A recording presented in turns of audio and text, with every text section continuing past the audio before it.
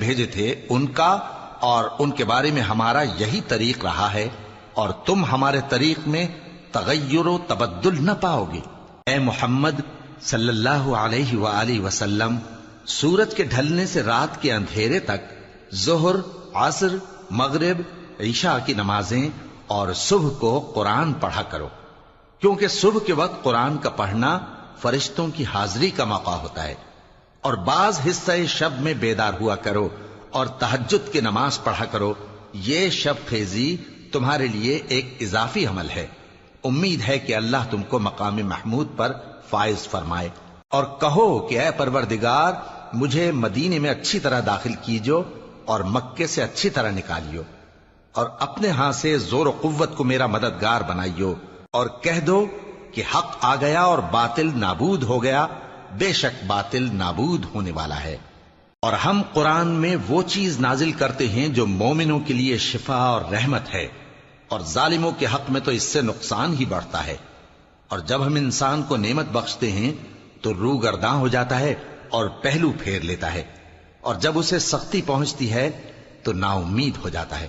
کہہ دو کہ ہر شخص اپنے طریق کے مطابق عمل کرتا ہے، سو تمہارا پروردگار اس شخص سے خوب واقف ہے جو سب سے زیادہ سیدھے رستے پر ہے۔ اور تم سے روح کے بارے میں سوال کرتے ہیں، کہہ دو کہ وہ میرے پروردگار کا ایک حکم ہے، اور تم لوگوں کو بہت ہی کم علم دیا گیا ہے۔ اور اگر ہم چاہیں تو جو کتاب ہم تمہاری طرف بھیجتے ہیں اسے دلوں سے محو کر دیں، پھر تم اس کے لیے ہمارے مقابلے میں کسی کو مددگار نہ پاؤ، مگر اس کا قائم رہنا تمہارے پروردگار کی رحمت ہے، کچھ شک نہیں کہ تم پر اس کا بڑا فضل ہے۔ کہہ دو کہ اگر انسان اور جن اس بات پر مجتمع ہوں کہ اس قرآن جیسا بنا لائیں تو اس جیسا نہ لا سکیں گے، اگرچہ وہ ایک دوسرے کے مددگار ہوں۔ اور ہم نے قرآن میں سب باتیں طرح طرح سے بیان کر دی ہیں، مگر اکثر لوگوں نے انکار کرنے کے سوا قبول نہ کیا، اور کہنے لگے کہ ہم تم پر ایمان نہیں لائیں گے جب تک کہ عجیب و غریب باتیں نہ دکھاؤ، یعنی یا تو ہمارے لیے زمین سے چشمہ جاری کر دو، یا تمہارا کھجوروں اور انگوروں کا کوئی باغ ہو اور اس کے بیچ میں نہریں بہا نکالو،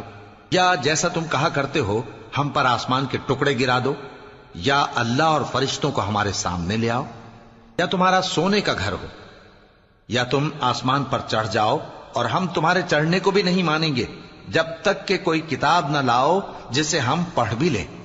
کہہ دو کہ میرا پروردگار پاک ہے، میں تو صرف ایک پیغام پہنچانے والا انسان ہوں۔ اور جب لوگوں کے پاس ہدایت آ گئی تو ان کو ایمان لانے سے اس کے سوا کوئی چیز مانے نہ ہوئی کہ کہنے لگے کہ کیا اللہ